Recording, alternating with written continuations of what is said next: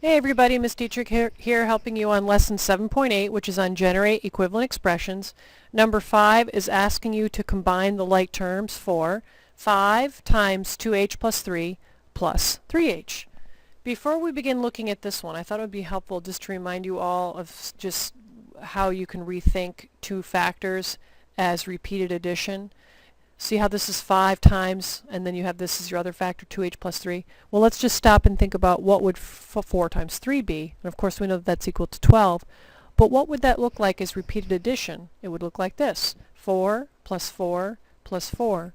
Well, we can have that same thinking here to kind of break up this part. We can rethink this as 2h plus 3 as an addend 5 times. We just have to remember that we're adding all this together. And then we can't ignore the fact that to that we have to still add the 3h. Alright, so if that's helpful for you to understand how to combine the like terms, great. And if not, I'm going to show you another way that you might like better. It's a little bit faster.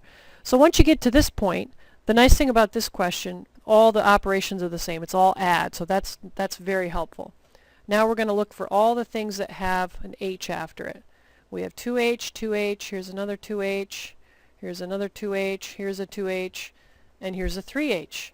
And if we ask ourselves how many h's do we have altogether, it's just a question of adding the coefficients. So let's put the h in, and then we're going to add the coefficients to get how many h's we have altogether. So that's 2, 4, 6, 8, 10, and 13. 13h. Alright, and now remember, we're adding. Let's look for things that don't have an h after it. So we'll use a different color. How about red? So we have 3 plus 3 plus 3 plus 3 plus 3. So in other words, 5 of the 3's, which we know 5 times 3 is 15, get you 15. Alright, now let's talk about how we might consider another approach that you might like better. Let's erase all this and erase this so you don't get confused. If you want to go ahead and think 5 times 2h is 10h plus, because we're just going to bring that down, 5 times 3 is 15, and then deal with this, plus 3h,